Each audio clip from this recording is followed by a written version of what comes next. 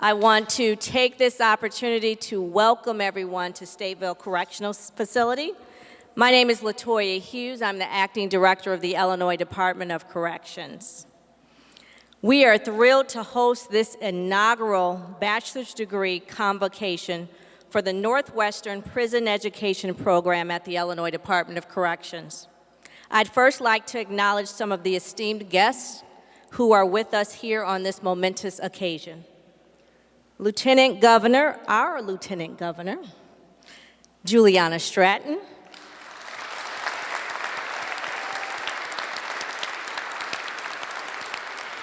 For all of the work that she is doing to help Illinoisans re-enter their communities. Thank you. Dr.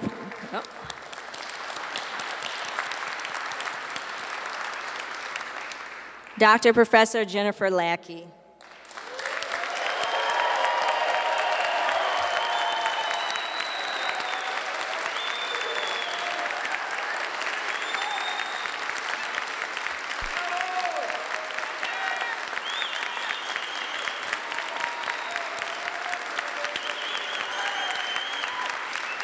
Dr. Jennifer Lackey is the director of the Northwestern Prison Education Program and the founder of the program.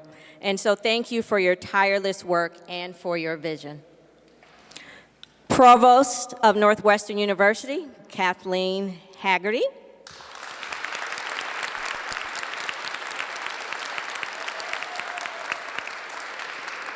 Thank you for welcoming our students into the Northwestern family.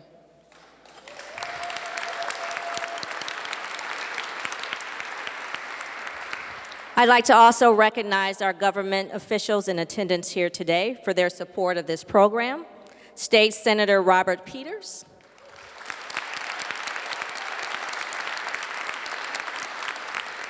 State Senator Rachel Ventura.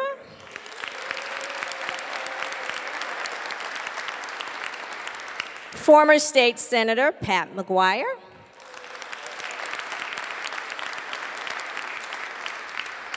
Evanston Mayor Daniel Biss.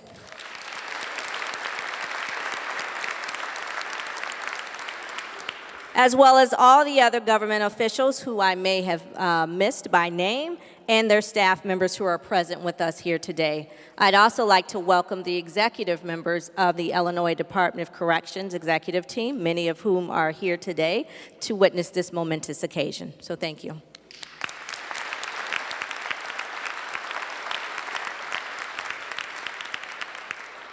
I want to welcome world-renowned author and journalist, Ta-Nehisi Coates.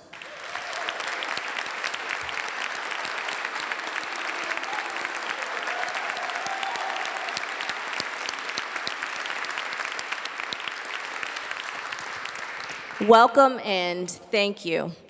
Your work has inspired and enlightened countless minds. Thank you for delivering today's commitments addressed to our graduates to empower them to use their knowledge to make positive changes in this world. Thank you.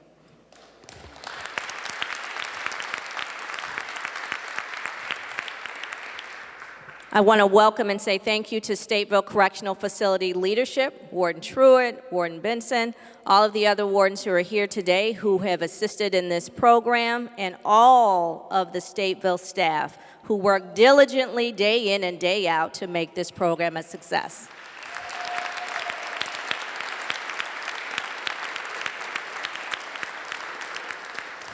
And to the friends and family members for supporting your loved ones as they shift the trajectory of their lives for themselves and for future generations with education. Thank you for coming today.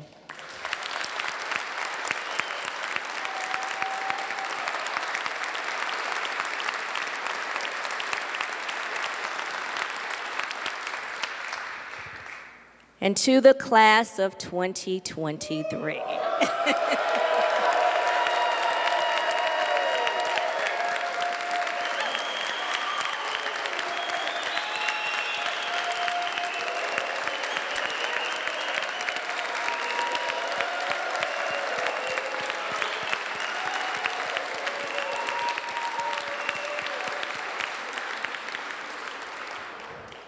who have overcome significant hardships to manifest excellence out of adversity. When you applied to this program, you made a commitment to utilize education to profoundly change your lives regardless of the extraordinary challenges ahead. And you did it. You did it.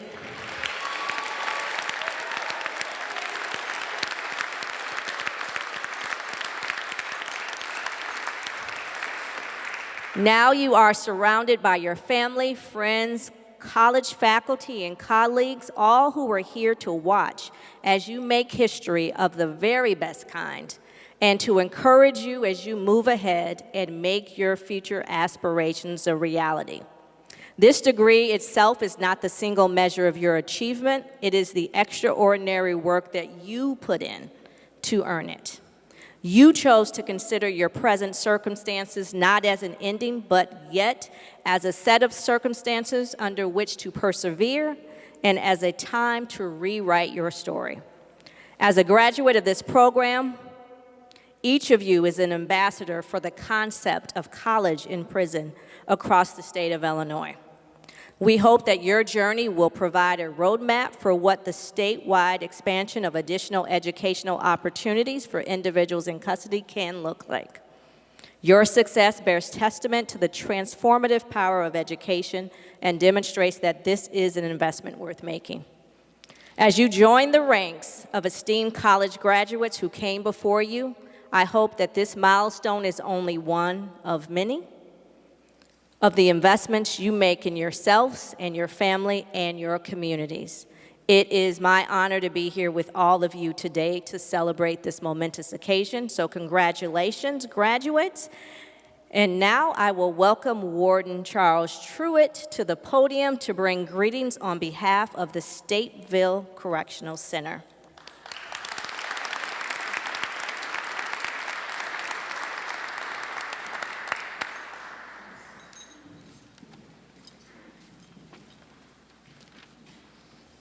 Thank you, Acting Director Hughes.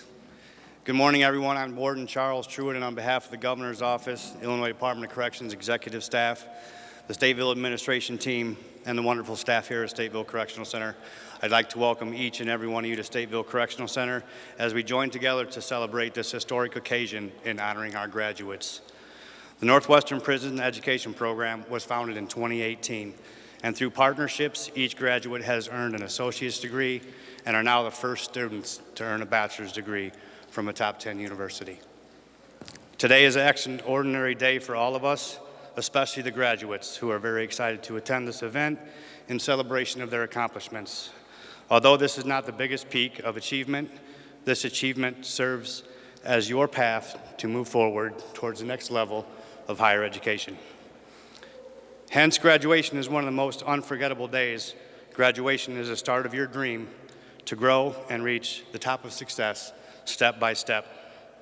Dear NPEP students and graduates, may this day serve as a reflection of who you can become as you mature in humanity and responsibility. The only person who can motivate you the most is you. You strive to fulfill your goals with ambition.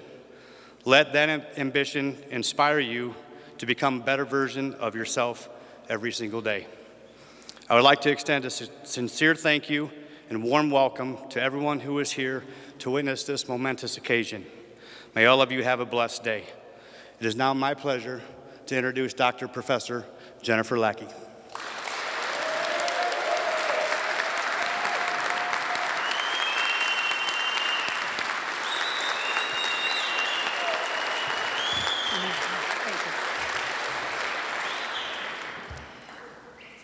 It is a great privilege to introduce Kathleen Haggerty, Provost of Northwestern University. Being the first to do what is extraordinary is hard. Our graduates today can attest to that. It takes vision, wisdom, and moral courage and abundance. Virtues we witnessed firsthand in Provost Haggerty when she committed to Northwestern being the first top 10 university in the United States to confer bachelor's degrees to incarcerated students. Our students' dreams have become a concrete reality by Provost Haggerty's ability to read beyond the script that society has for places like Stateville.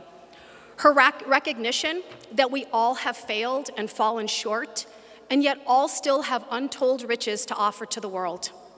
And her deep-seated belief that there is strength in embracing rather than excluding one another. None of us would be gathered in celebration today were it not for her bold, compassionate, and visionary leadership. Please join me in welcoming Provost Kathleen Haggerty.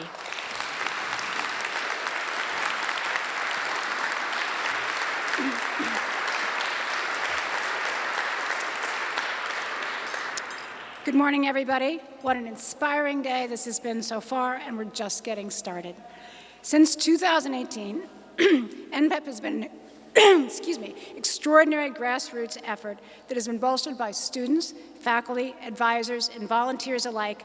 And I want to start by recognizing Jennifer Lackey, who has put her considerable intelligence, heart, and soul into this project for all these years. Jennifer would be the first to say this has been a team effort. So thank you to everyone, and it's a big group, who has played a role in this incredible undertaking. There are too many of you to name. We truly value our relationship with Oakton Community College and the Department of Illinois Corrections, and we are happy to celebrate this momentous day together. The uniquely broad base of support for NPEP speaks to just how important this program is and how much it resonates with Northwestern's values and mission. Quite simply, NPEP has been good for all of us. This is because there is a clear-cut truth at play here. Education has the power to lift people up, and that is a notion we can all support. When Jennifer came to me with the idea for a bachelor's degree program, I didn't need a lot of convincing. I needed some. And through my daughter, who is a public defender, a federal defender in Los Angeles, and one of my very dear friends, Don Spector, who has been the director of the prison law office at San Quentin for over 30 years, I'm very familiar with the incredible challenges faced by incarcerated men and women over the country. There aren't easy answers to this problem, but programs like ours offer at least one path, a way forward that takes the negative situation and gives it a chance to be positive. At Northwestern, we believe in transformation. In fact, one of our guiding principles is we transform society, and that's not an easy thing to do. All of our graduates here today can attest to the hard work it takes to make a positive change. It doesn't happen overnight. It takes commitment, and it takes pulling yourself up, even on those days when you think you don't have it in you. I congratulate and commend all our graduates for harnessing the power of education to make positive changes in your lives and to be able to share what you've learned with your communities. We are proud of what you've accomplished, and you should be too. You are the first incarcerated students to receive bachelor's degrees from Northwestern University. So, go Cats.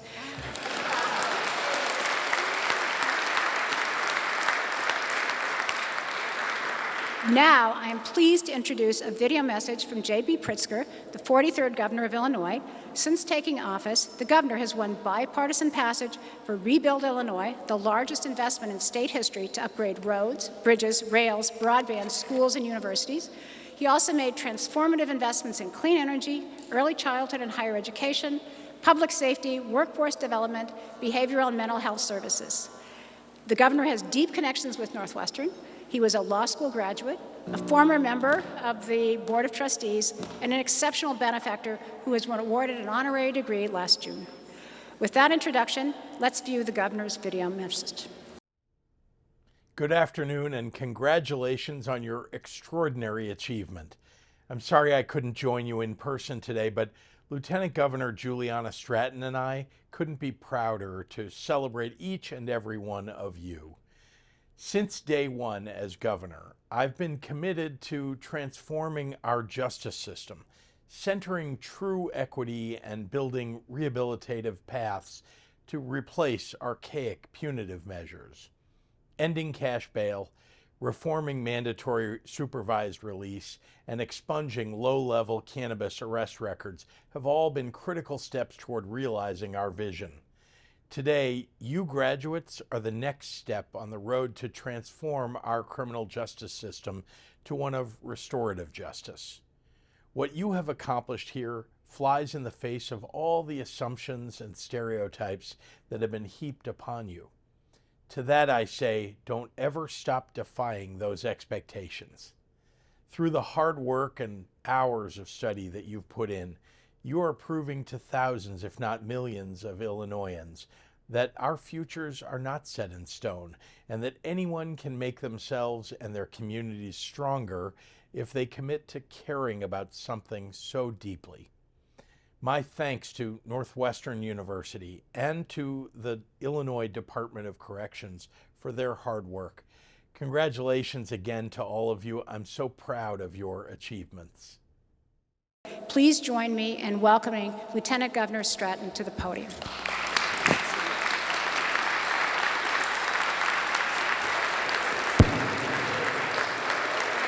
Thank you so much. Good morning, everyone. I am Lieutenant Governor Juliana Stratton, she, her pronouns, and thank you, Provost Haggerty, for that warm introduction and for your leadership. I certainly want to begin by thanking Dr. Professor Jennifer Lackey, founding director of Northwestern University's Prison Education Program. Yes, I think every time. Illinois Department of Corrections Acting Director Latoya Hughes, her executive team, and all of the hard-working staff at the Illinois Department of Corrections, thank you for your vision and your work to expand educational opportunities. I'd also like to extend a warm welcome to the great state of Illinois, to Mr. Ta-Nehisi Coates. What an honor to be sharing space with you today. And thank you to my fellow elected officials who have joined us. And I do want to make mention of someone who I'm honored to work with every single day, and that is the director of my Justice, Equity, and Opportunity Initiative and my Deputy Chief of Staff, who is here with his team from the JEO. But Yaakov Delaney got some of his higher education obtained right here at this facility. Yaakov, thank you for your leadership.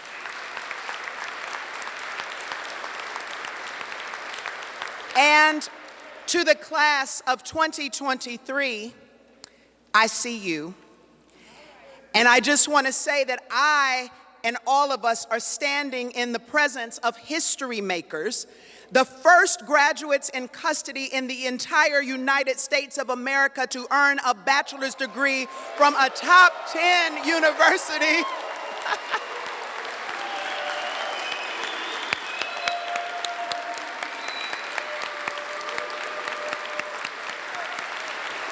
It's okay, you can nod your head if that's true.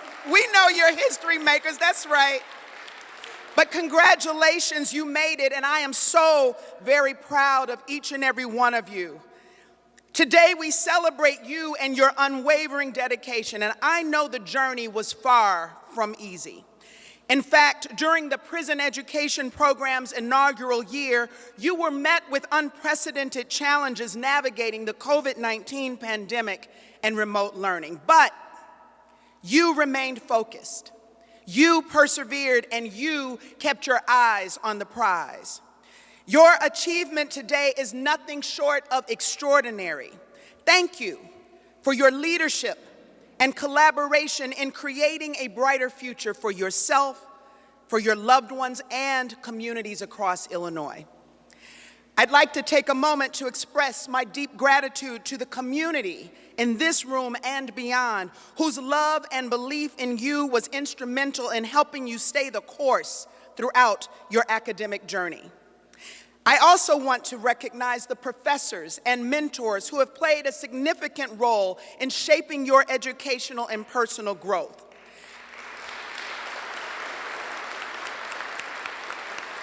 Their wisdom and willingness to go above and beyond to help you succeed has been invaluable. Please join me in giving them all, including your community here, a round of applause as they have contributed to your success.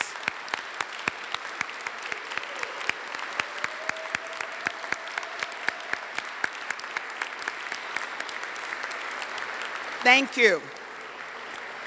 So today you are making history as you walk across the stage, and the impact is so much bigger than your individual selves. This is a significant step forward for higher education within the prison system. You are opening doors of opportunity for people both within and outside these walls. And this graduation is a testament to the power of education to transform lives and provide hope for a better future. At the same time, it highlights the importance of providing access to education for all individuals, regardless of their circumstances. It reminds me of what James Baldwin called the paradox of education, saying these words, that as one begins to become conscious, one begins to examine the society in which he is being educated. In other words, through your academic pursuits, you have confronted the barriers and inequalities that exist within the criminal legal system. And even more importantly, you have come to understand that the pursuit of knowledge allows you to transcend beyond these prison walls and make a difference. All of us here today join you in this work of shifting the narrative, making it abundantly clear that your brilliance and your curiosity, and yes, your powerful stories of transformation are to be both acknowledged and celebrated. The completion of your program at Northwestern University does not mark the end of your academic and professional growth. It's a benchmark in the story of your legacy. And after the speeches, and after the music, and after the cheers, after all the pomp and circumstance, when you have a moment to sit with yourself, to be still, you will come to realize just how significant this moment really is. It will sink in just how powerful it is to liberate the mind, even when it has yet to extend to your physical state of being. May this moment live on within each of you. May it inspire you just as it has inspired all of us. And may it motivate you to come into your own, to keep learning, and to heal. You, class of 2023, have been the students. And now, in so many ways, you are the teachers. And I can't wait to see the lessons that we will all learn as you continue to share your gifts with the world. May God bless you and give you strength for this journey. Thank you, and again, congratulations, class of 2023. Turn it over to you, Jennifer. Thank you. That was beautiful.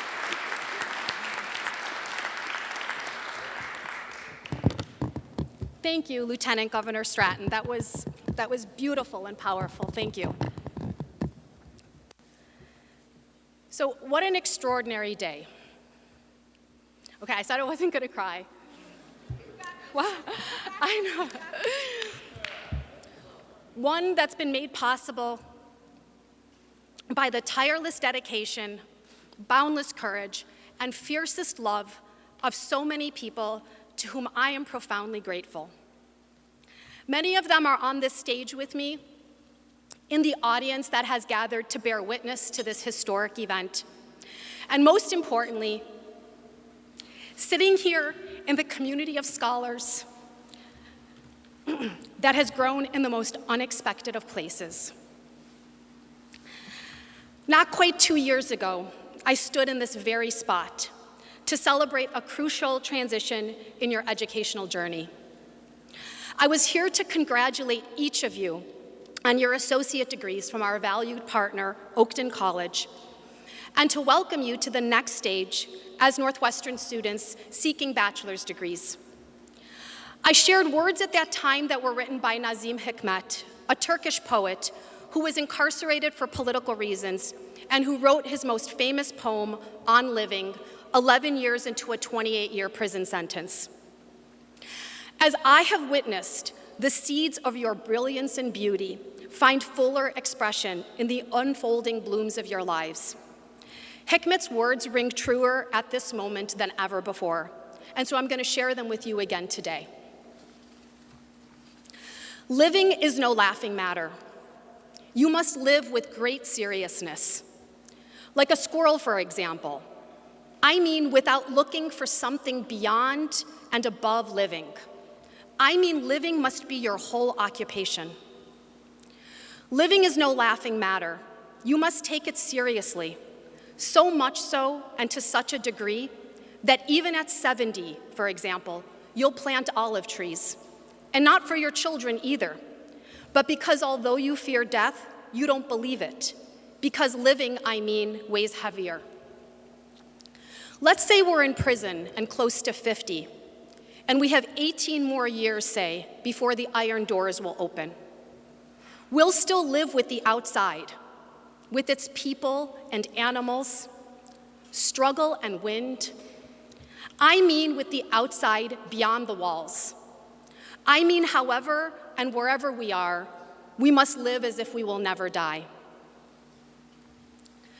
You graduates have made clear time and time again that we are, each one of us, called to live with the outside, to lift up those who have fallen, to share our own gifts with those who have yet to receive what should be theirs, and to respond to the need to reimagine what is possible for tomorrow. Robert Boyd, you nurture connections with those around you every day with your infectious joy and your other-directed focus. And Michael Broadway, you throw yourself into your writing and your nonprofit work to leave a lasting vision for your grandbabies. And I'm so glad that your mom could be here today to witness this.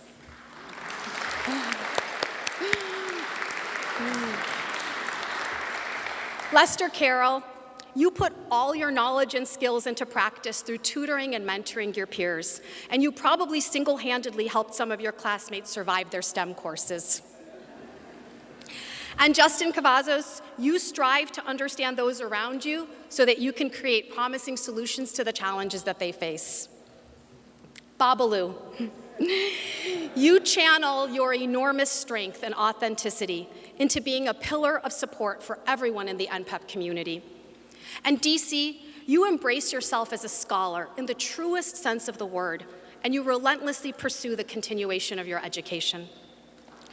Tori and Decatur, you bring your vibrance and engagement to every person and idea you come into contact with. And Anthony Ehlers, you use your voice and your paintbrush to illuminate and advocate on behalf of those on the margins. Lynn Octavia Screen, your work as an intern with Senator Ventura to create pathways for others to follow in your footsteps to promote justice and compassion. And Craig Harvey, you make clear to your daughter and her children every day that you are a force for intergenerational cycles of leadership, education, and hope. Bernard McKinley, you maintain a laser-sharp focus on your goal of being a civil rights attorney. And as the first person in the state of Illinois to take the LSAT while incarcerated, you serve as a model.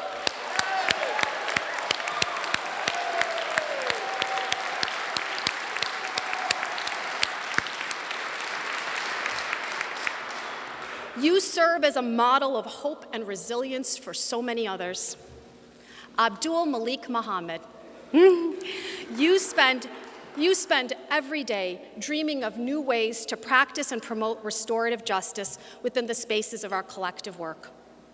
Andre Patterson, in your uniquely complex and thoughtful way, you show us what repairing harm in ourselves and in our community can look like. William Peoples, you exude wisdom, integrity, and compassion in everything you do, and you serve as a mentor and a role model for everyone in your orbit. James Soto, your legal advocacy has resulted in people literally living with the outside through your successful exonerations and sentence reductions.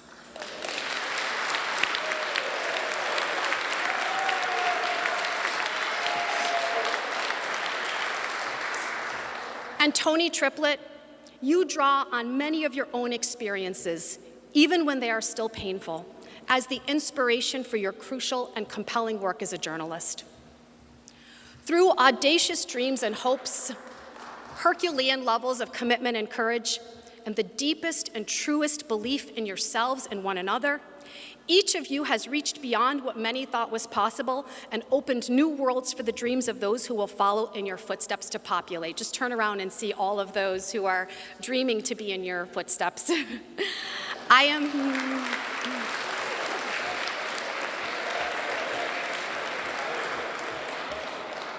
am in awe of and I am humbled by each of you. It is often said that education is transformative, and I believe this even more wholeheartedly with each passing day in our community. But I have also been powerfully moved by the way you all have transformed education. You have radically expanded what it means to be a Northwestern student, and you have enriched Northwestern University in ways that will echo for decades to come. You have also profoundly transformed us, your educators, and perhaps me most of all. We will forever include you among our most cherished alumni as you continue to put your brilliance and your beauty in service of living with the outside beyond the walls.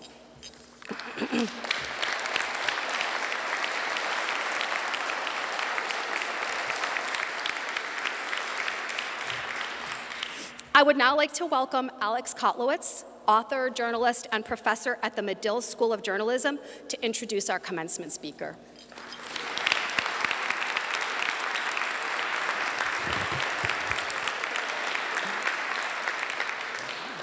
Man, what a wondrous day. So it's my honor, my deep honor, to introduce our commencement speaker, Ta-Nehisi Coates. Ta-Nehisi's writings are a gift to us. His writing agitates, it argues, it discomforts. His writing asks a lot of us. It asks us to be open to rethinking what we thought we already knew. It asks us to look unflinchingly at our history for what Ta-Nehisi calls a revolution of the American consciousness. It asks us to approach the world around us with a sense of humility and moral clarity.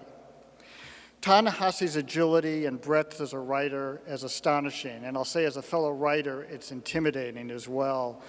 From his fiction, his incandescent The Water Dancer, to his piercing journalism, including his seminal piece, The Case for Reparations, to his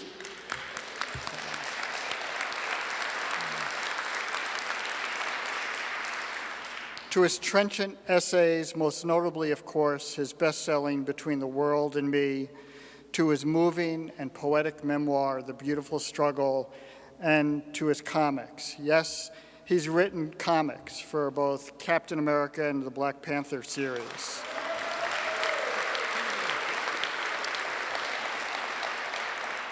For his work, Ta-Nehisi has been honored with the National Book Award, a MacArthur Fellowship, and a National Magazine Award. He also is a Sterling Brown Chair in the Department of English at Howard University. On a personal note, as a human being, Ta-Nehisi is one of the most generous, open-hearted, humble people I know. He is what we need right now. Someone not afraid to ask questions, someone not afraid to call it as he hears it. I always know that when Ta-Nehisi says, I want to say something, but I don't want to say it, we need to sit up and listen. I think I speak for all of us when I tell you, Ta-Nehisi, how deeply grateful we are for your writings and for your being here with us today. Again, I'm so deeply honored to present to you the inaugural commencement speaker of Northwestern's Prison Education Program, Ta-Nehisi Coates.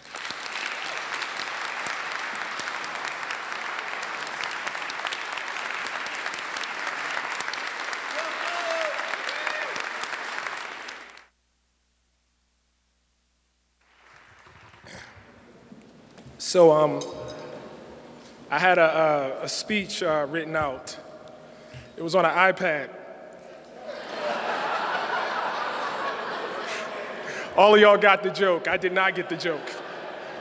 Joke's on me. So if the quality of this commencement address does not measure up, I am disabusing myself of all fault. I don't really do commencements too much. And I don't because I have my own troubled relationship with school. But to the extent that I do them when I'm invited, I try to make it places and programs that I care about. I've done quite a few public school, high school commencements because I am addressing myself when I'm there. I've done a couple of ceremonial addresses, though not commencement addresses at HBCUs, because once again, these are institutions that are very, very important to me, and I'm addressing myself when I'm there. And so when I got the invitation to come here and to address you, wild horses couldn't have stopped me.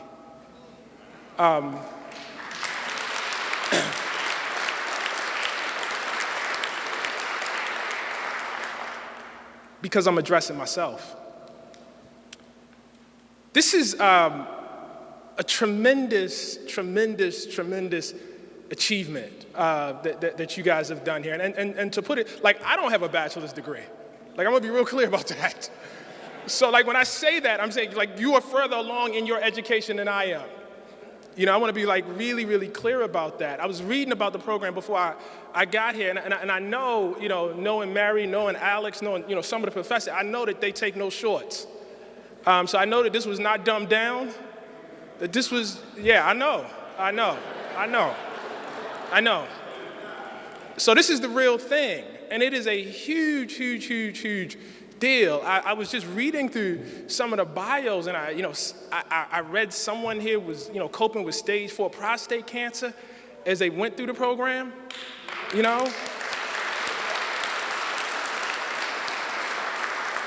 And brother, you the same one that this is your book too, right?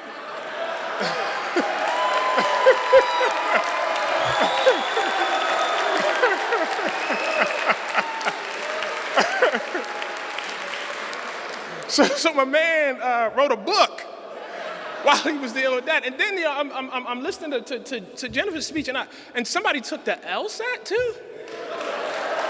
Jesus.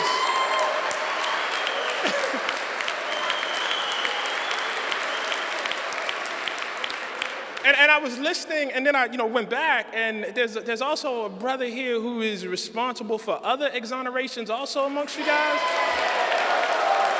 Yeah.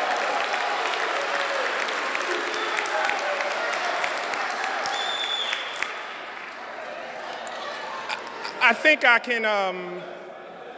can very safely say that I will never in my life address a class as decorated as this.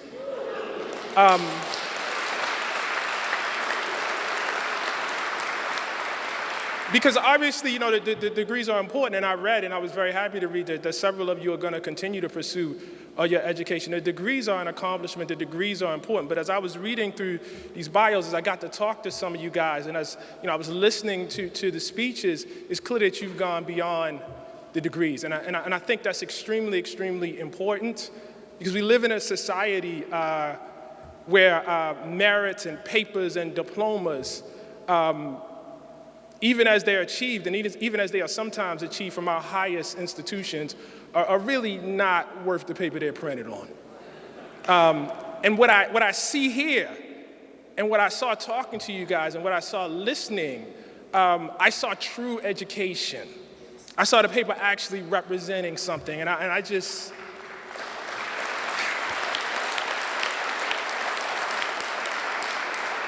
Your success is astonishing.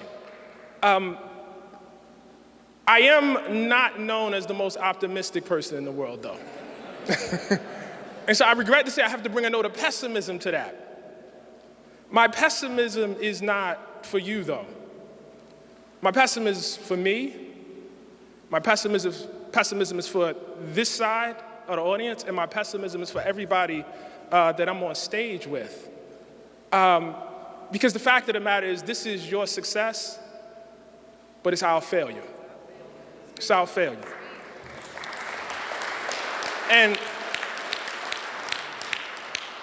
To tell you just a little bit about that, I just want to say just a little bit about myself. I started out saying I don't do too many commencement speeches, and part of the reason why is because I have my own trauma around education. I'm the child of an educator, high school teacher. Sorry, not a high school teacher, she's a special ed teacher. And education was all around me when I was a child. There were books all through my house, all sorts of reading. It really explains, who I am to this very day. But my time in school was, to say the least, troubled. And it was troubled from the moment I got there to the moment I dropped out of school. When you're a kid, there's not too much that you really, really can be successful at that the broader world is gonna compliment you for. There is generally school and there's athletics. I was good at neither. It took me a long time to understand how traumatic my experience in school was and what it had really done to my self-esteem. Because part of the thing was all of my teachers recognized, Ta-Nehisi, you're really smart, you're really smart, you're really smart. Why is this not showing up in school? And, I don't want to overstate this too much, but I think part of the reason why it wasn't showing up was what I saw as I walked in to this prison, in fact. And that is that so much of the discipline around your movement, so much of the architecture, so much of even some of the slogans I saw were reminiscent of my time in school. You see, there's schools and there's schools.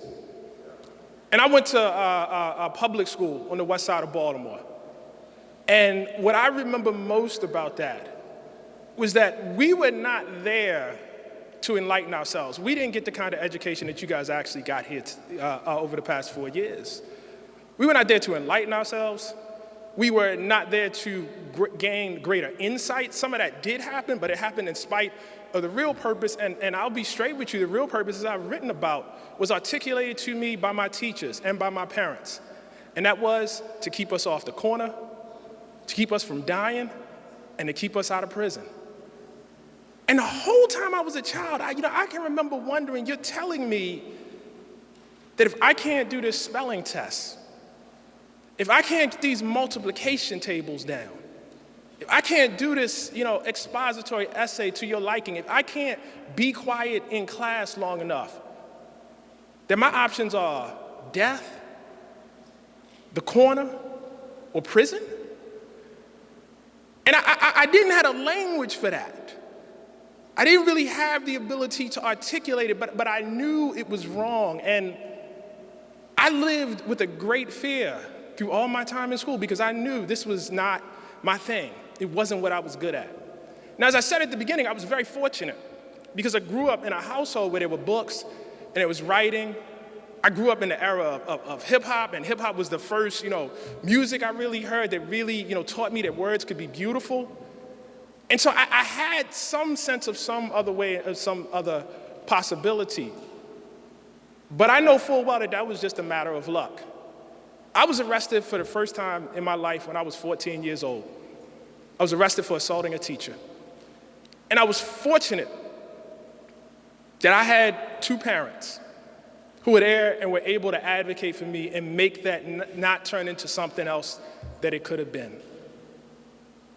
And I think about that moment. And I grew up in a household, and I'm gonna talk, very, very real to y'all right now. I grew up in a household and in a time where, it was permissible to put your hands on kids. And the worst beating of my life I ever got was for that day when I assaulted that teacher. And it took me years to understand that the really, really grave insult there wasn't even really an insult. It was the fear of my father. It was a fear that my life would be diverted because he had seen so many people that he had come up with who were smart like he was smart, and their lives were diverted. And he was afraid that would happen to his son. I'm 48 years old now, and I think back to West Baltimore. And I think back to all of my friends who I came up with. And I know that I wasn't that much smarter than them. I wasn't even always the best student. In fact, I was often the worst student. And I have moments, as I'm having right now is when, Alex was reading out my bio where I wonder, how did I even end up here? How did it not go the other way? And the answer to that is luck. I'm here by luck.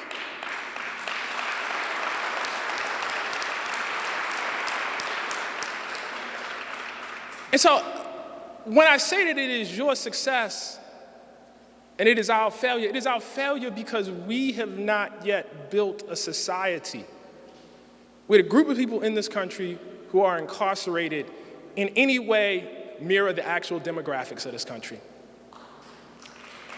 It is,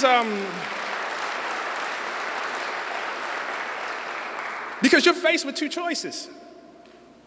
Either you believe there's something that's gone awry in the system, or you believe people like us are somehow naturally inclined to criminality. And I think you have an idea of what I believe. So, I carry that shame. It's not easy to be here. And I know it's not easy for you guys to be here. But I knew I had to come. And I knew I had to come because I don't know you, but I know you. I don't know you, but I love you. You guys have achieved something really, really phenomenal here. And I am humbled. I take it with me. I salute you. Congratulations.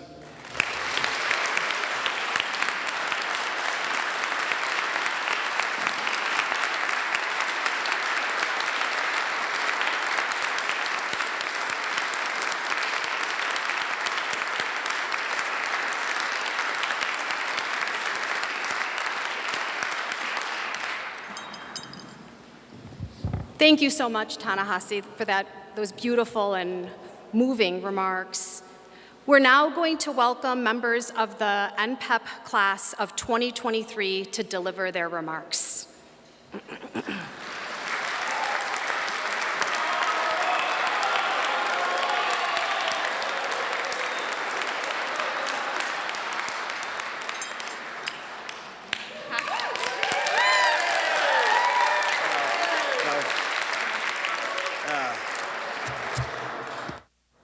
My name's Robert Boyd. I just want to thank everybody. I don't want to sit here and name anybody too much because there's not enough time to name everybody.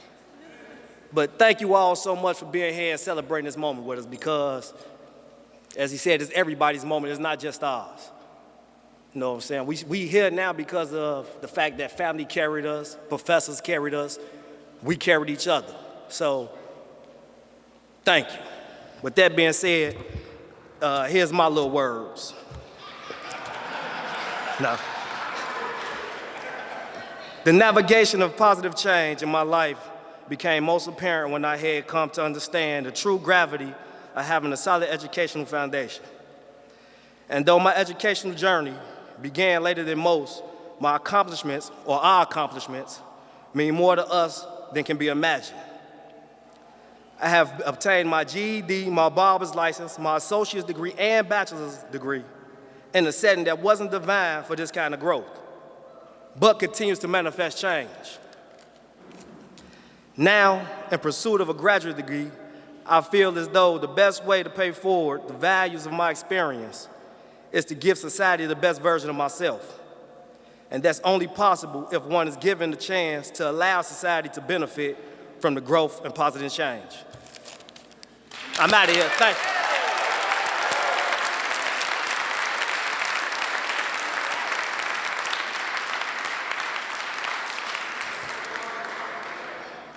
How you doing? Hey, my name is Michael Broadway. I had prepared a speech, but I threw it to the side. I'm coming off the cuff. Late last year, I didn't think I'd be standing here. Even though I kept a brave face, privately, I was in turmoil. Diagnosed me with stage 4 prostate cancer. But instead of putting my head down, I kept my head up, pouring into my work, and pouring into my relationships with the people I knew who would carry me, my brothers.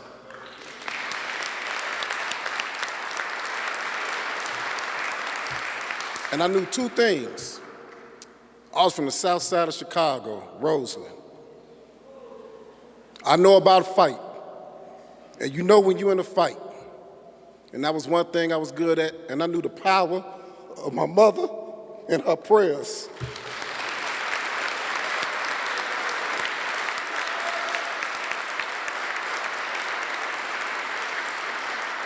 So, Mother, this is my open apology to you and to my family for every time the police kicked in that door, for every time somebody shot into that home.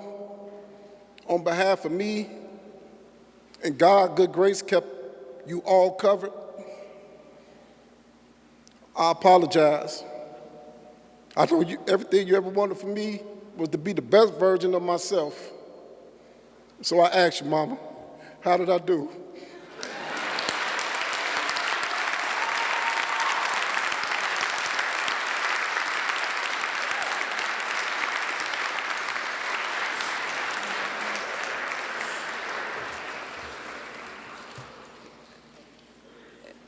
Is everyone familiar with how they turn the microphone off on the valedictorian when they don't adhere to the university sanctioned speech?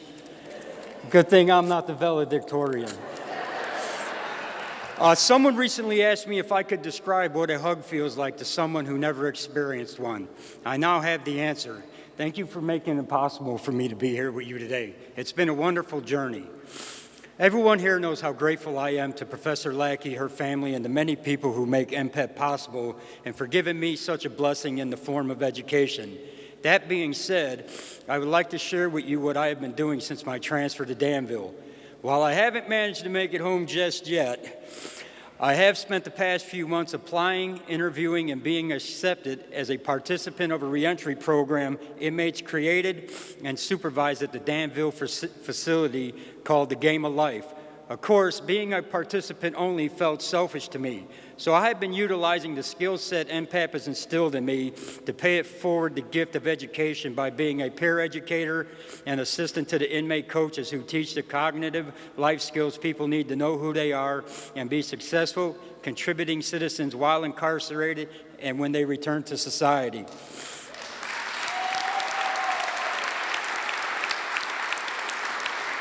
I cannot emphasize the value these programs have in the lives of those who participate in them. I hope the governor, IDOC, and educators continue to support them wholeheartedly. I didn't come here all the way from Danville just to say thank you, but because it's also Babalu's birthday, and I really think we should all sing him happy birthday. And to quote a wonderful person, keep practicing 3 daily gratitudes. Northwestern, let me hear it. Hell yeah.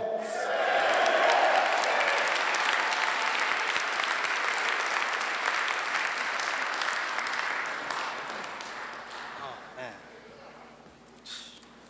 It's a lot.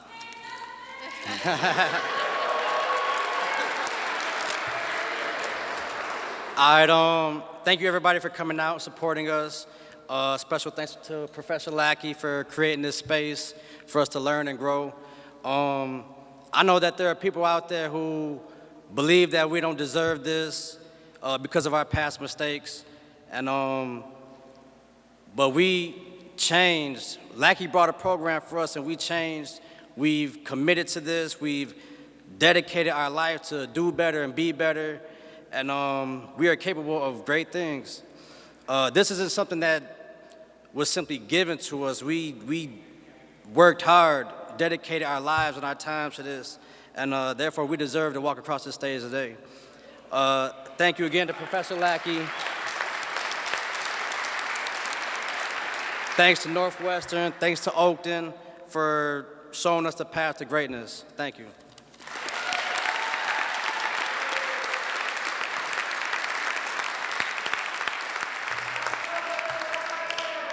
All right. thank everyone for coming. This is a pretty big deal. 5 years, right? Get the degree, fighting every step of the way, right? But we ain't unique. You got other cohorts right behind us. You got women in Logan. The only thing that makes us unique is we got the chance to do this. And we got the chance to do this because she seen what we needed and she made it happen. So thank you, and thank you.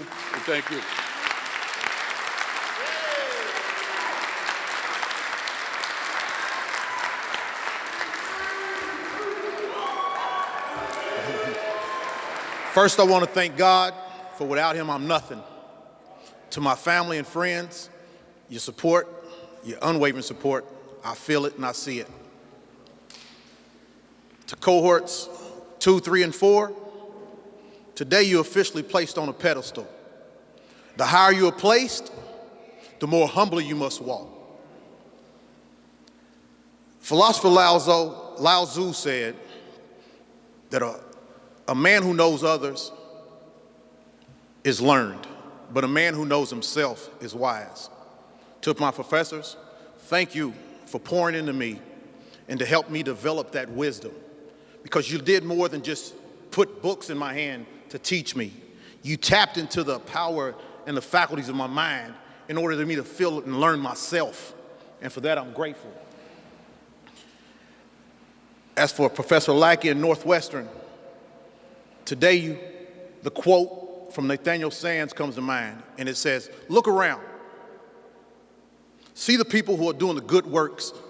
They are the ones that I've taught and trained. They are my monuments. Today you have 15 monuments here.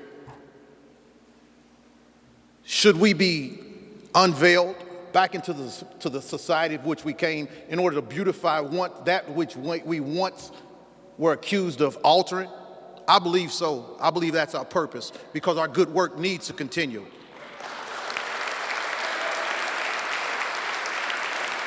And as far as us having the strength to do that good work, I'm going to borrow a line from Reverend James Cleveland. I don't feel no wasted.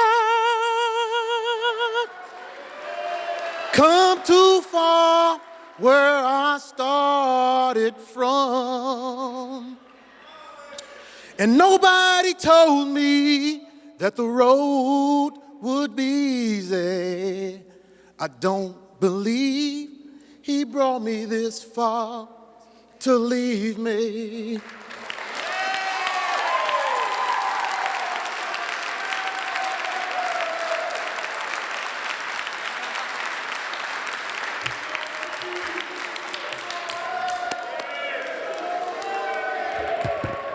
Hey, DC, man, you're going to have to have a brotherly fade, because, you know, dang on well, I ain't going to be able to top that. So anybody that knows me know that I'm a very passionate person. I'm a very emotional person. I have 2 teenagers where I have no other choice but to be this involved, hands-on dad. So I actually prepared a speech so I wouldn't get too emotional. Today I stand before you all proud, humbled, grateful, and most importantly, blessed. Blessed to have taken advantage of and attained this bachelor's degree from Northwestern University.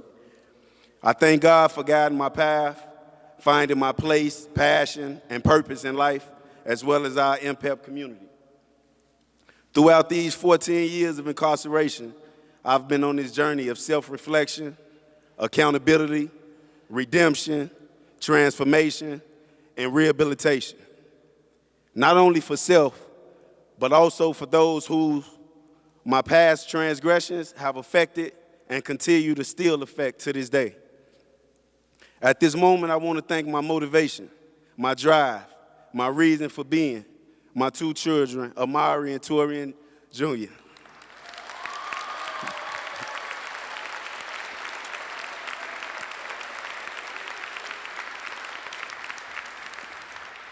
To my mother, I want to thank you for never giving up on me but suffocating me with nothing but unconditional love.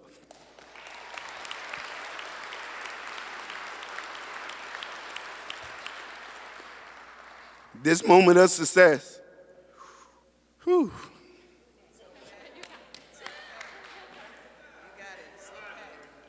this moment of success truly belongs to us all because this was a team effort and I couldn't have possibly gotten here without you all. I want to commend my classmates on the job well done. We dug deep down into those books as well as ourselves and pushed one another to strive for excellence within our community. I'm proud of each and every one of you, brothers. You my brothers. Thank you for allowing me to be me, embracing me, being patient with me, and accepting me for who I am, lifting me up when I needed it the most. I want you all to take pride in this moment because we weathered the storm.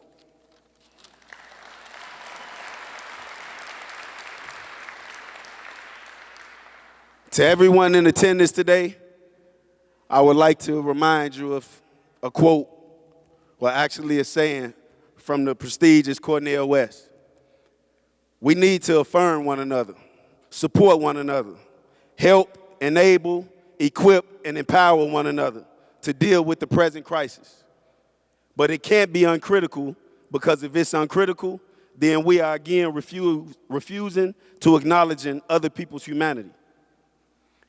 If we are serious about acknowledging and affirming other people's humanity, then we are committed to trusting and believing that they are forever in progress.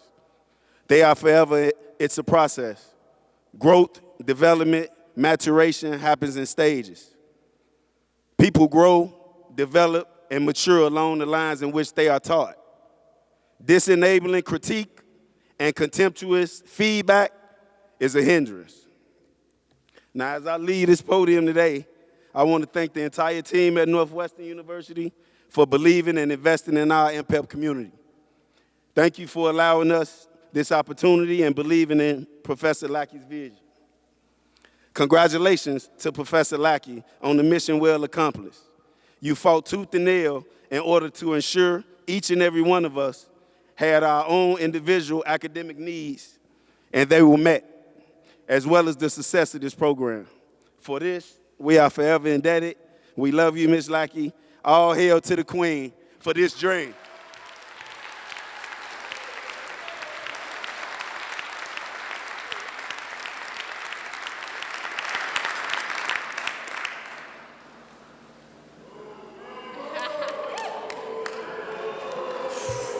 Yeah. First, I'd like to thank my sister Carmen and my niece Chloe. You guys are the inspiration for everything I do. I love you guys. I want to take a minute to talk about my old cellmate, James Scott. He died here of COVID in 2020. He was a big supporter, and I know he'd be super proud of me, and I want to make sure that he's not a statistic. He's a person who mattered.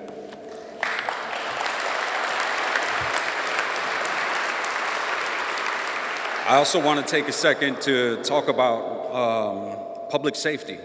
I've often referred to IDOC as a waste management system. Society views us as garbage, so opportunities for rehabilitation don't exist.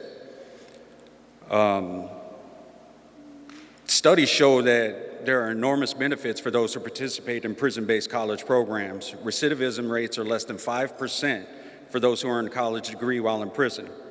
A prisoner who gets an education makes society safer. It's an investment that society must make. A degree program should be a mandatory part of every prison sentence. Education is a true tool that truly works, and it needs to be used more effectively and more often. Mental health care and a living wage should be a priority also. There are a handful of mental health professionals here at Stateville, but they're only here because of a court order. We need more and better mental health care. 83% of the people who get out of prison go right back to the same neighborhood they came from. So if they go back with untreated mental health issues, no education, and no money in their pocket, what do you think is going to happen? It makes society less safe. when you treat prisoners this way. You can't afford to continue this waste management system. When you come to prison, you're going to get an education no matter what, I guarantee it. But it's up to the lawmakers which education you get. So, thank you.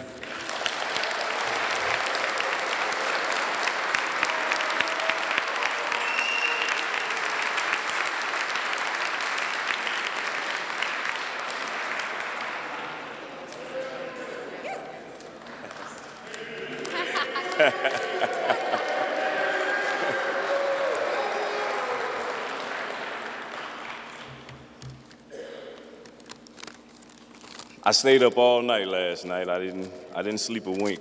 I wanted to write something powerful. I wanted to say something powerful. But I thought about my parents. I thought about Jennifer Lackey. And they say just be grateful. Be grateful for how far I've come. Be grateful for everybody involved that poured into me and the investment. So thank you all for being here, for honoring us. And I would like to share with you a little words of why I'm grateful. This is something that our fearless leader has done for a nice amount of time now with the gratitude. So I'm grateful for my parents, Flora Green and Lynn Sidney, for loving and supporting, sacrificing and guiding me into adulthood as I navigated maximum security surroundings. Thank you, Mom and Dad. I'm nothing without you.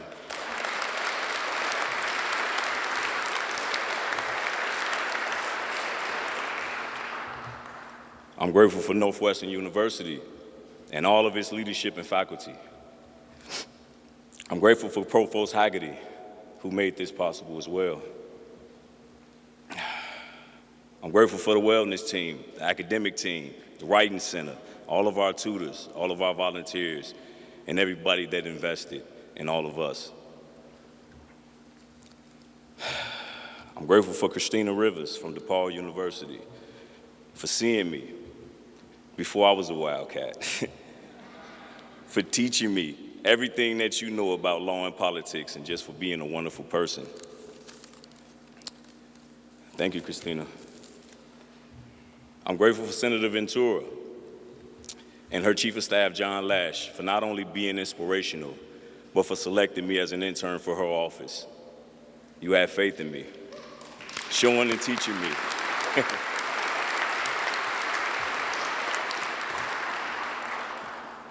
You have shown and taught me what it means to be a good public servant, and I'll continue to learn under you for as long as you'll have me.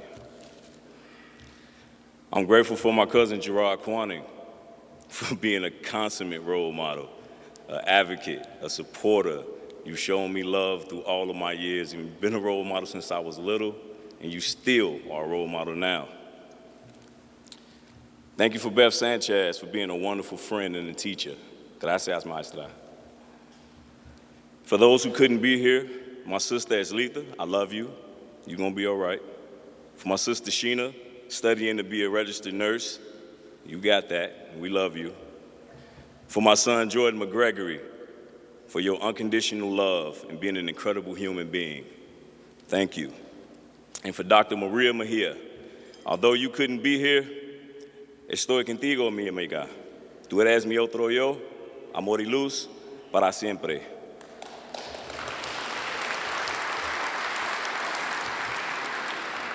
And finally, for our fearless leader, for the director of NPEP, Professor Jennifer Lackey, we'll never be able to thank you enough, but we'll always try. So thank you for being our endless fount of hope, for your sacrifice, for bringing the building blocks for change, for your indefatigable strength. You've kept us with you always. And though we haven't left these walls, we've traveled the world, and we've gained an education that's unfounded, that's unchallenged, that's oh my God.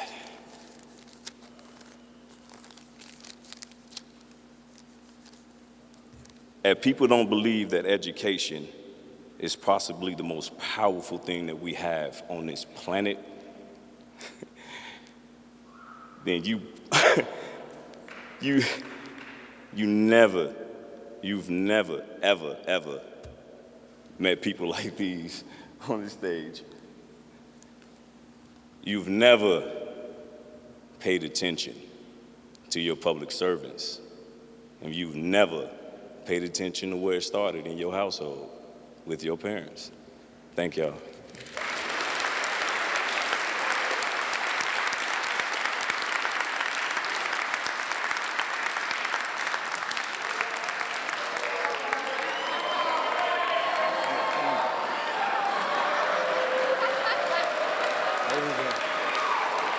There we go, there we go, there we go. Let me feel that energy. One time, real quick, can we all say, Craig, you did it? All right, thank you. I want to start off by thanking Professor Lackey for believing in us all. I second all the people that everybody thanked and all the people that's going to thank somebody after me because I don't got enough time to thank everybody. Anthony, that was a beautiful, eloquent delivery about recidivism and education, my brother. I appreciate that. I would like to add to that, a lengthy sentence is not a deterrent to crime. I am the crime deterrent.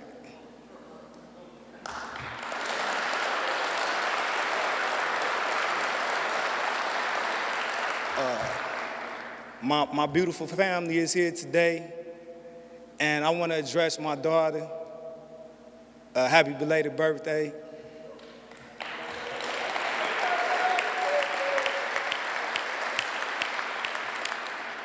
Today she sits with two of her sons. She sits as the age I was when I was sentenced. Her son sits with her as the age she was when my mother brought her to visit me. And I stand today at the age my mother was when she brought her to visit me. I needed them to see this moment today, me walking across this stage, as inspiration and motivation, and also breaking this cycle. I'm an 80s baby, and in the 80s, there was a lot of prisons built in the state of Illinois that sat empty. They didn't have the people to house them, and those prisons were built for me. By the time I became an adult, I became an inmate, a resident at many of those prisons. Today, the population has dropped. Many of those prisons sit empty. We're emptying this one out. And that's because I refuse to allow my grandsons to sit in one of these damn cells.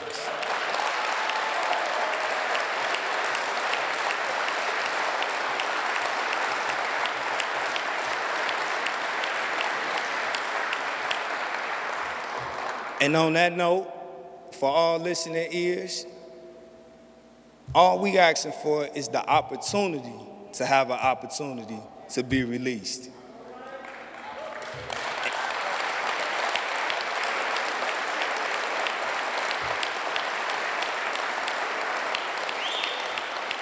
And I ask one more time, this time I'm gonna say, can we all repeat, class of 2023, you did it? Hold on, no, one more time, that was weak, one more time. 1, 2, 3. Thank you.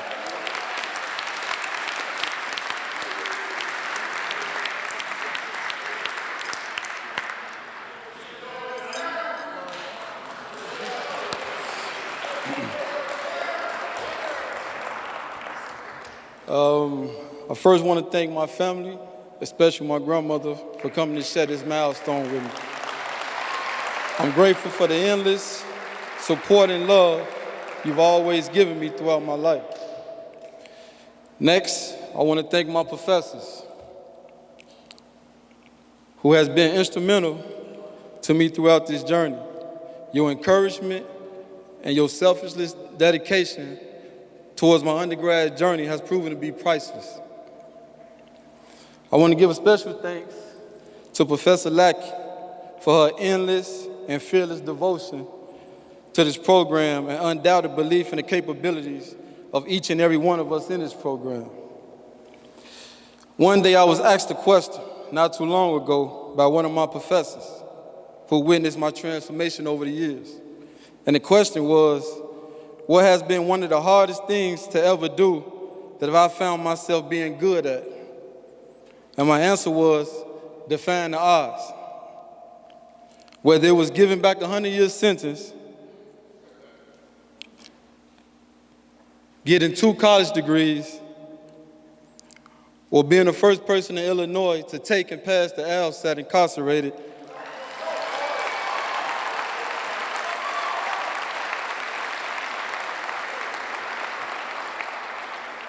this cream was determined to defy the odds and rise to the top.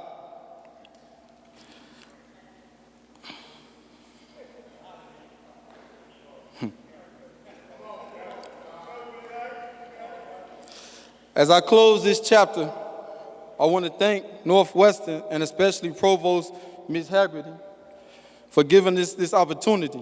5 years ago, I could not have imagined me standing here at this moment.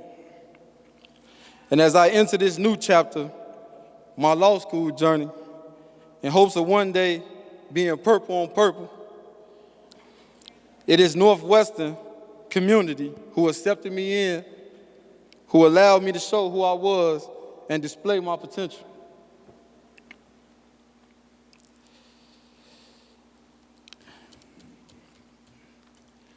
As I prepare to enter society in a few months, this is one of the most memorable moments that I'm gonna be proud to write in my story.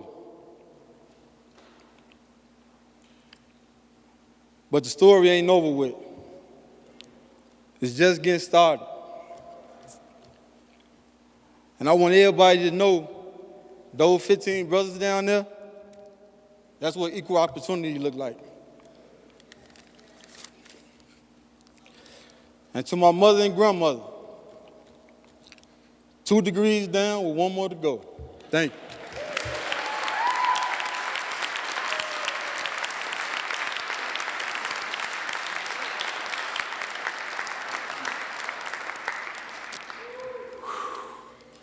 Hello, everyone. Greetings in the Islamic words of peace. Assalamu alaikum.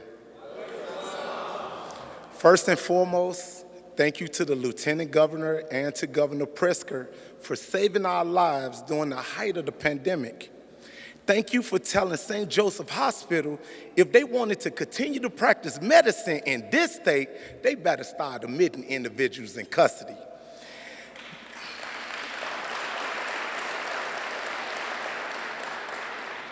That public service announcement helped to save lives during those dark days. Although we did suffer loss, thank you for seeing us. I am a God-fearing man, and I believe God put people in our lives when we really need them the most, and we are thankful that we had you in office. Thank you.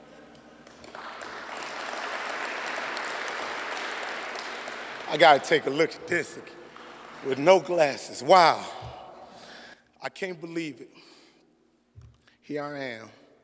Only if my parents was alive to see me today, to walk across this stage. I lost my parents and grandparents during my 24 years of incarceration. When I first came to prison, I didn't even have a single strand of gray hair. Now look at me, I'm an old man.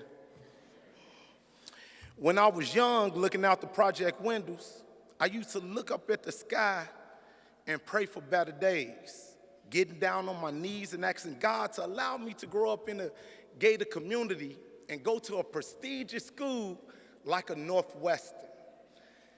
I just didn't know it would happen in prison. This may sound far-fetched, but it's a true story. Today, I am much clearer what I asked for.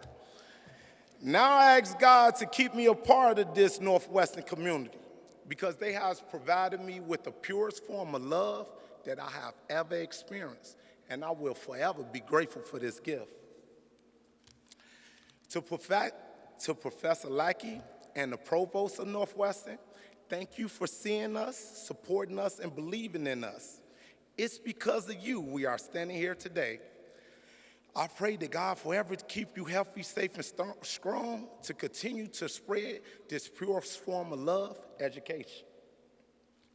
To my attorney, H. Candace Gorman, thank you for fighting for me as a mother would for a son. I know it's not easy representing a client with the weight of a 24-year-old battle for his innocence. However, it's because of you I'm able to stay focused on school.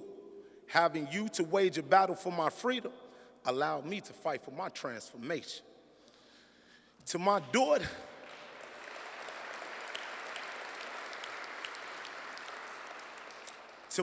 Micaiah Muhammad, I see you.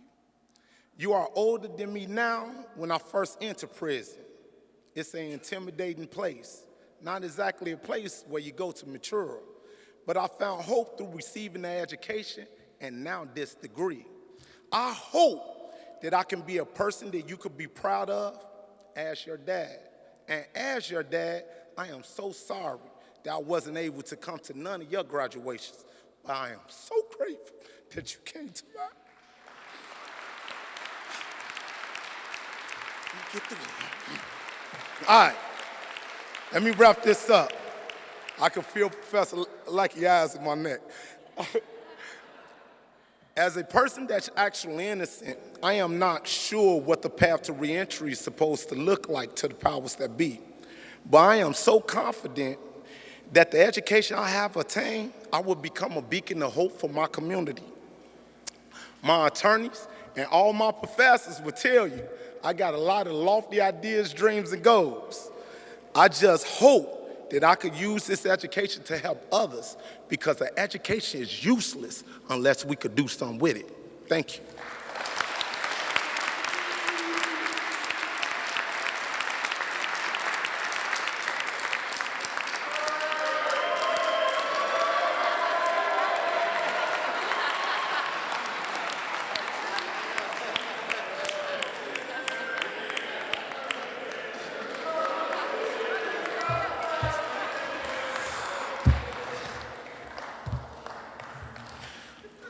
I trudged through the desolate terrains of mental stagnation. I climbed the jagged peaks of emotional instability and been battered by the harshest elements of adversity. And I sat before the ancient council of humanity to ask, how could I attain hope and purpose? The wisest amongst them stepped forward, and she said, the highest heights are gained by those who reach the greatest depths.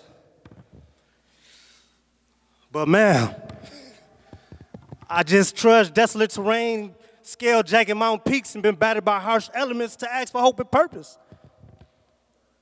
Boy, don't make me repeat myself. Even the wise ones code switch. Now go forth.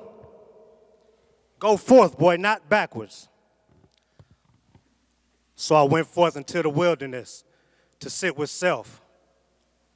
And a voice from within said, after all the harms you committed in your life, you think you deserve hope, purpose? Another voice followed that one, a little slight, but persistently powerful, and said, look at your inner heart. See its strength and its worthiness. Then it struck me. In all the walks of life, I could walk. In all the halls of learning, I would sit. All the suffering that humanity would suffer, the griefs, the disappointments, the sore temptations of my fellow beings, I would meet head on so that I may know how to aid those in need. So now, I came in your dismal crypts, weak, and passed your hardest tests. But I leave a man made stronger by suffering of all kinds. But it's not for me, it's for us.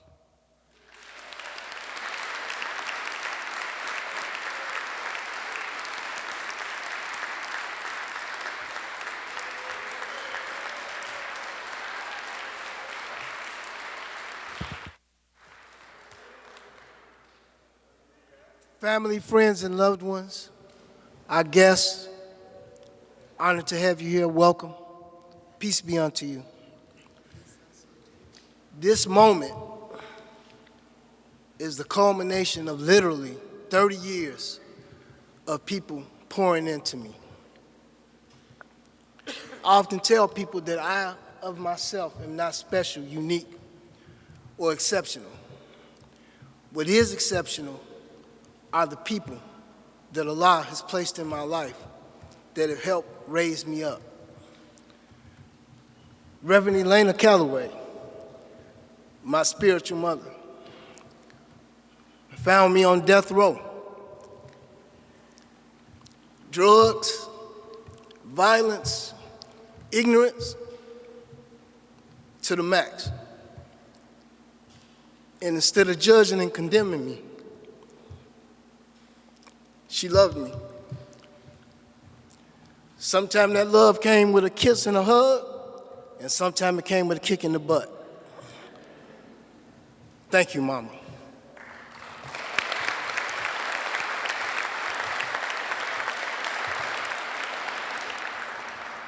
To my big sister, Donna, I don't envy you at all.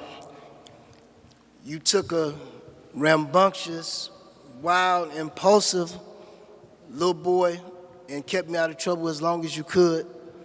Unfortunately, I got away. But you always let me know that you were my family and that I had love. Thank you.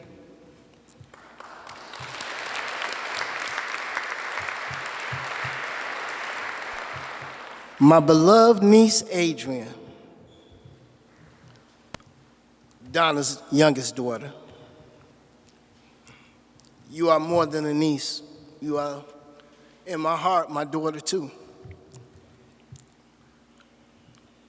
Education is powerful, but I'll tell you one thing that's more powerful than that, and that is the love and faith of a little girl who believes in you. Not wanting to disappoint you. Sometimes was the difference between me choosing right over wrong, because I wanted to live up to your expectations. Thank you. Two of my friends couldn't make it today because of COVID, Bill Ryan and Kathy Blanford. They played a significant role in my journey as well. I wouldn't be here without them. Before NPEP knew I existed, Bill would buy me any book I asked him for. He paid for correspondence courses for me out of his own pocket. Never asked how much, never ever said no. Daniel Fernandez. At this stage, the closest thing I'll ever have to a son. Thank you. I've learned more with and from you than you'll ever know. Last but not least, my aunt, who has filled my life with that which I thought I didn't need at this point. Thank you for being my heart's North Star and the sunshine of my life. To my professors from Oakton and Northwestern, thank you for seeing me and for acknowledging me and for teaching me and encouraging me, and Professor Patillo for making it hard for me. She was a taskmaster. I don't want to say my favorite professor because I don't want to make the other ones angry.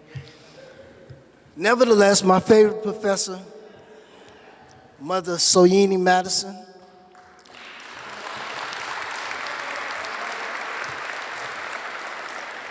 for teaching me to live poetically. She gave us an essay called Poetry is Not a Luxury, and she changed my life with it, literally. To all the NPEP staff, because of time constraints, so I can't name you all, but the NPEP staff, the wellness team, the tutors, thank you. We couldn't have made it, I couldn't have made it through the pandemic and to this point without you. Thank you. To Professor Lackey, whom I call our matriarch. I always tell the story of how we met. I won't bore you with that today. But what I will say to you is there have been very few times in my life where a stranger has made me feel as accepted and valued as that woman there. She is a gift, not just to NPEP, but to this world. If we had more people like her, these places would not be necessary.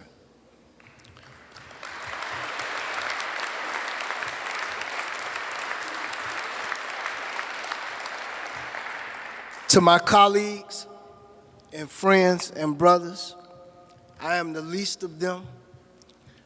These brothers have taught me more about myself and the world and relationships than you can ever learn in a book. Thank you. I know that I'm not the hardest person to like and love, so I appreciate you. I too will leave us with a quote by the great philosopher George Clinton. Free your mind and your ass will follow. Thank you.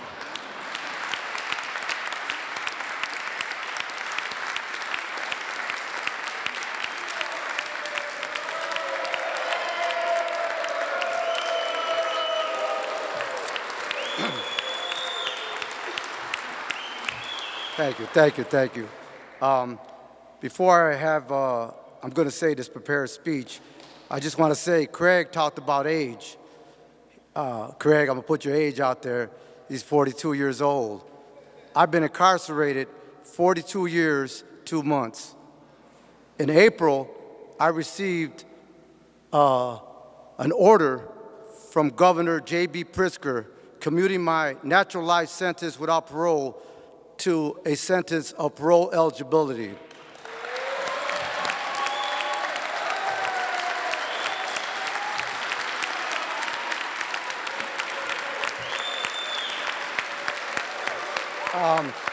Hold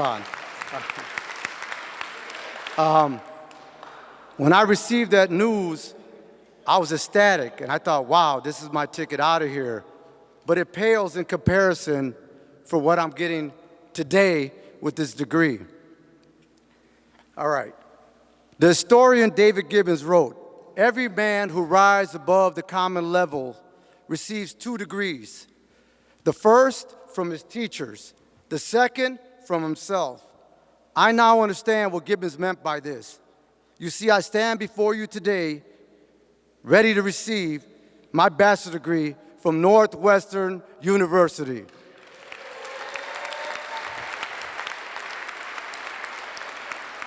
It is a recognition of all the hard work of Cohort 1. We did put in countless hours and even pushed ourselves through a worldwide pandemic to reach this pinnacle. This degree is just as much a reflection of the effort and dedication of the professors as it is by us, the students. It is also a reflection of Professor Jennifer Lackey's vision of bringing a degree-bearing program to prison. We are the manifestation of that prison. Come on now.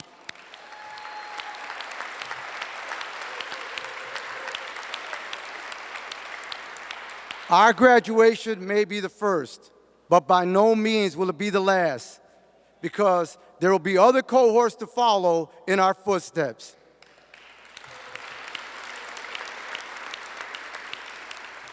I recently heard in a think tank education conference with Professor Alex Kim that Nelson Mandela said, "Education is the most powerful weapon to change the world."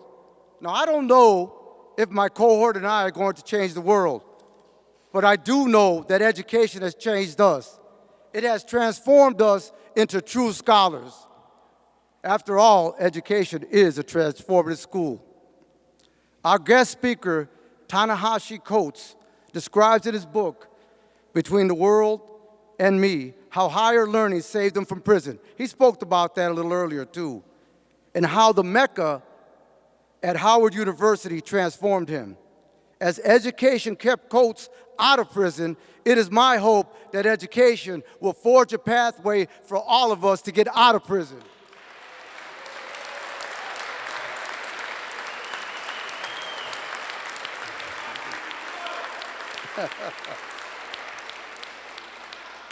Finally, I want to say that we are transforming history.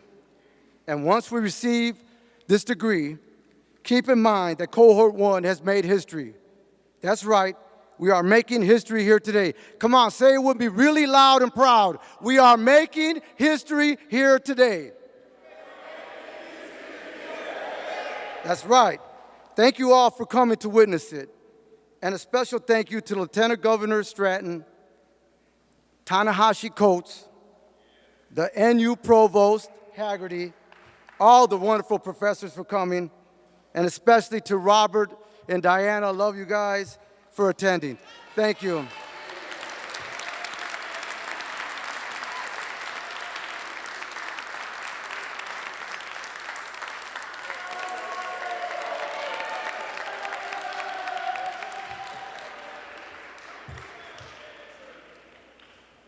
First and foremost, clinical services. This is a message for clinical services. My name is Anthony Triplett. Officially, I will be Triplet Anthony. I have to go first in speaking because I can't cover that or that or that or that or that. So I got to thank people who needs to be thanked, even though it's the time limit. Tony Spielberg says, why not? So why not take up all the time? First and foremost, I want to thank the IDOC, Warden Truitt, Benson, Williams, Osborne. Second, I want to thank Chaplain Davis. Without his help, we wouldn't be in this space. All you guys behind me. Make sure you shake his hand. He's got the bow tie in the back. But no, if you turn on the computer and you go to any college website, every college uses the word diversity. And if you go on an institution like this place, what they call penitentiary, they use the word correction. You get in the PSA and I'll say, yeah, diversity is this. And you have this picture with like all these ethnic backgrounds taking pictures like, this is our school, this is our school, this is our school. But if you go to Northwestern's website, you look at our PSA, you don't see the pictures. You see us. You don't see the Evanston campus, you see the Stateville campus, you see us. So they say it's about choices. We are our choices. Individually, we made our choices, institutionally, collectively. I want to thank Oakton Community College, my psychology mom, Joyce Smith, my dad. I want to thank Mr. Smith, because without you guys, we wouldn't have, this thing is irritating. Without Oakton, it wouldn't be possible because collectively we made a choice to do this. I want to thank IDOC because I know where I'm at, but in this moment, it's not about my incarceration. It's about my education. And I know with the choice that you made to say yes, I'm grateful. Provost Haggerty, I'm grateful for you. I know like you're a big part of this. SPS School of Professional Studies, thank you. I will be continuing taking my talents to Medill School of Journalism. Charles Whitaker, thank you. Last but not least, I want to thank my mom, who's always 25 every year in the purple shirt.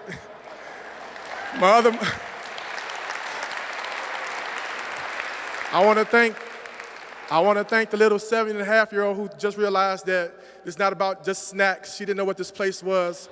And she was like, and I was like, do you know where you're at? She was like, we're at your school. And I was like, no, we're in the jail. And she goes, but they have snacks. I was like, I want to thank my other mom, Barbara, my sister Camille. Thank you so much. Without you guys, I wouldn't be here. And I thank all you guys.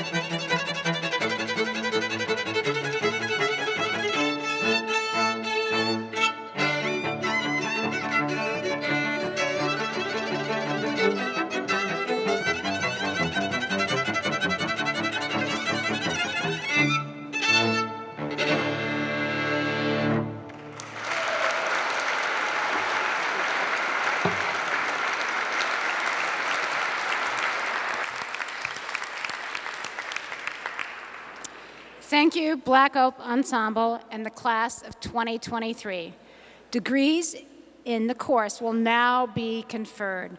Per the Charter of Northwestern University, degrees are conferred by the authority of the Board of Trustees. The Board of Trustees has approved the recommendation of the various facilities as to these candidates and thereby authorizes the university to confer upon them the degrees for which they have been qualified and recommended. We now invite the graduates to the stage to receive their diplomas.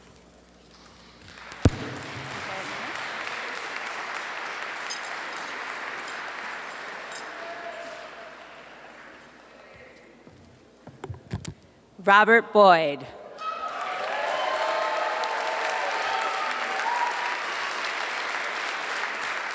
Michael Broadway.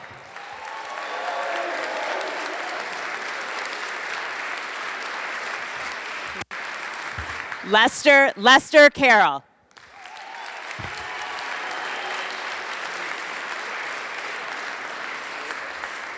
Justin Cavallos.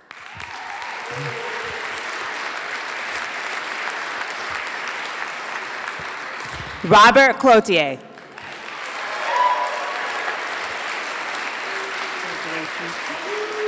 Demetrius Kreit.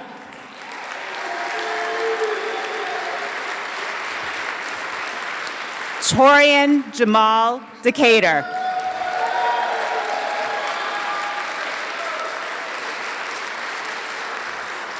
Anthony Ehlers.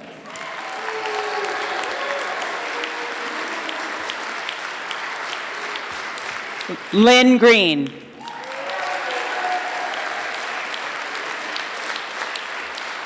Craig Harvey.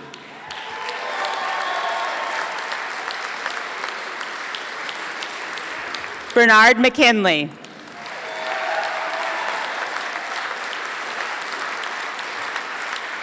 Abdul Malik Mohammed.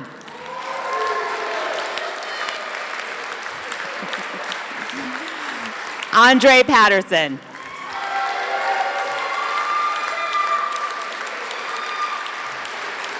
William Peoples.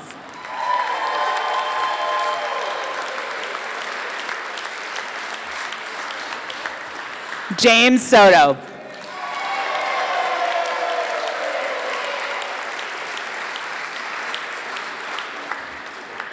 Anthony Triplett.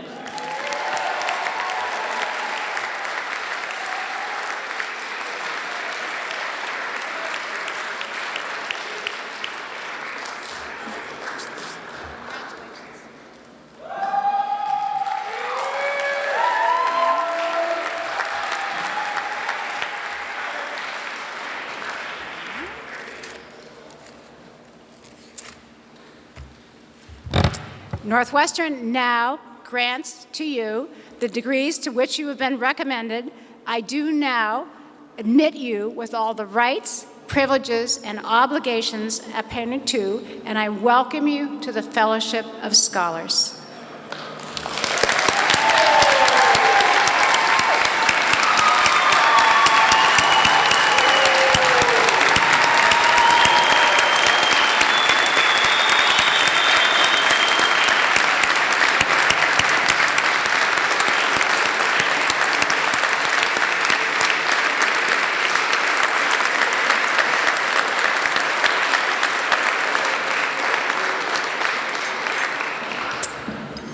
And now I invite Professor Mary Patillo to the podium to share closing remarks.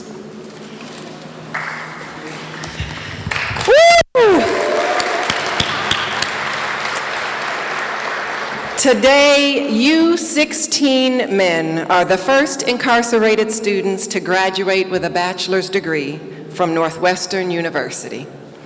As a proud but humble educator in this program, I have learned that your stories are crucial for healing and growth. For you, certainly, but also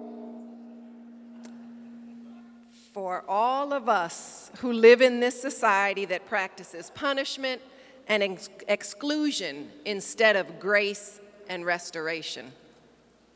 I also know that your complex human stories join those of the nearly 2 million people who sit in prisons, jails, and detention facilities across the country, and they need to be in this space as well.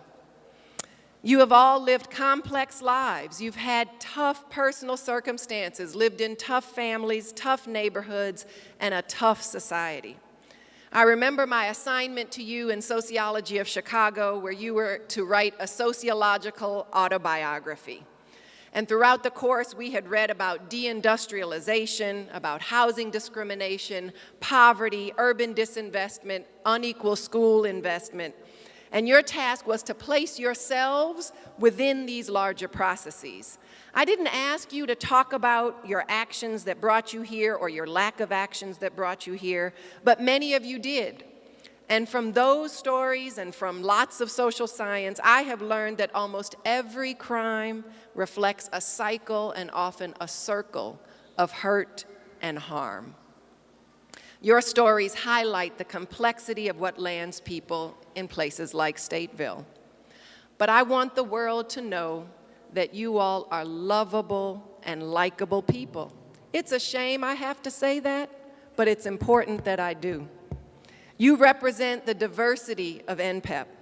When I have a guest speaker in my class at Logan, where I'm teaching this quarter, and I want to bring the women in the room because, of course, you all are models for them as well. When I teach my class at Logan and I have a guest speaker, I have each of the students introduce themselves by giving one nugget about who they are. And they say a range of things. They say, I am a plumber. I am a grandmother. I am a dog trainer. I am a Christian. Or I drink way too much pop, which is soda for those of you all who aren't from Chicago. So I want the world also to know, and for you to know, that you are brilliant people. I've had to significantly improve my classroom management skills because of your eagerness to discuss course material.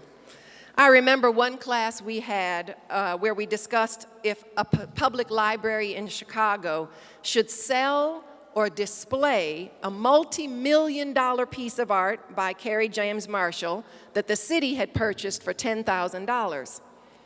Sure, the economic value might be high, you argued, but the value of collective self-worth that the art inspired for the community was more important.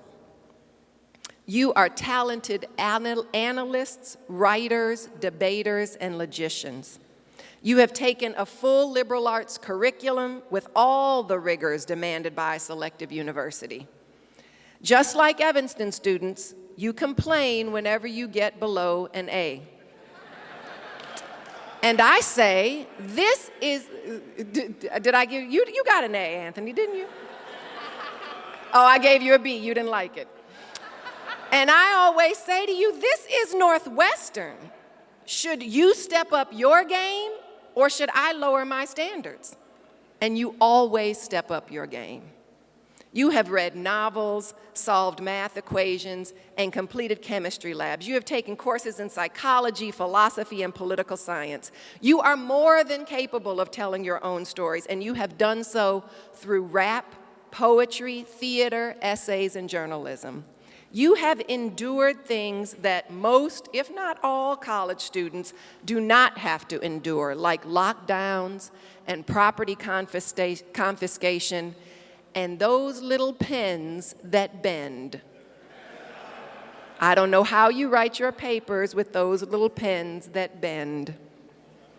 Like all of us, you have complex pasts, but now with your college degrees in hand, you are creating new stories.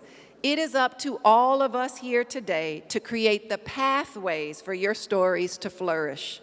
We celebrate you and we congratulate you, Class of 2023 from Northwestern.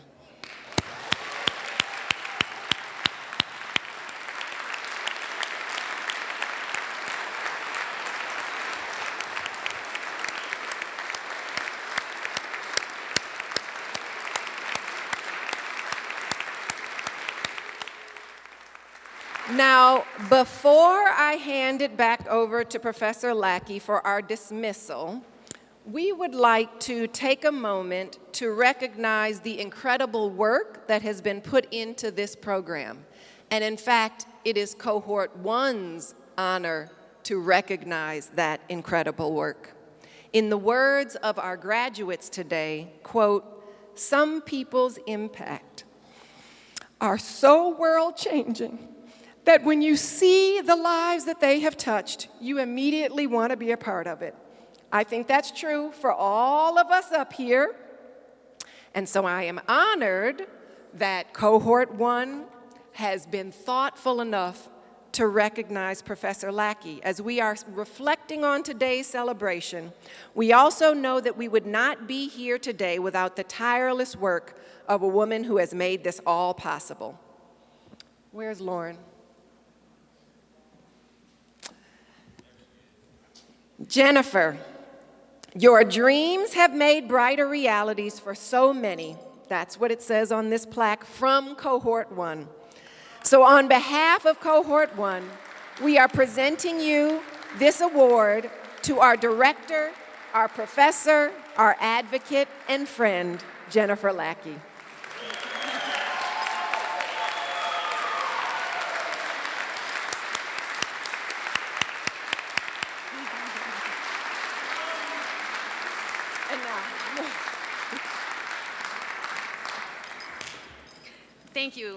Thank you so much. Okay, so thank you everyone for joining us today. I'm gonna ask all of our guests to remain seated while our platform and guests recess, and we're gonna invite everyone who's able to stay to join us for a reception with our graduates. Congratulations again, Cohort 1, the Northwestern Prison Education Program, Class of 2023.